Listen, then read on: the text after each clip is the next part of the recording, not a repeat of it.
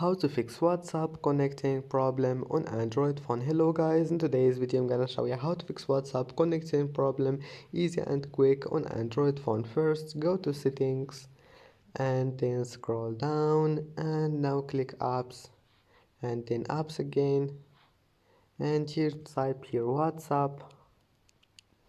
Click WhatsApp here. Now first go to data usage.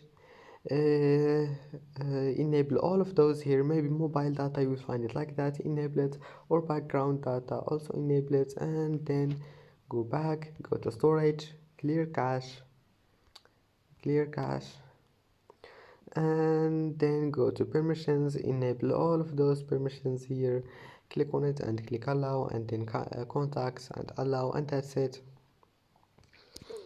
And now just go back and go to the battery and disable power saving mode. Maybe you'll find it like that, disable it, and that's it. Now just restart your phone and try again, and your problem must be fixed. Just click restart and try again, and that's it. Don't forget like and subscribe, and see you in the next video.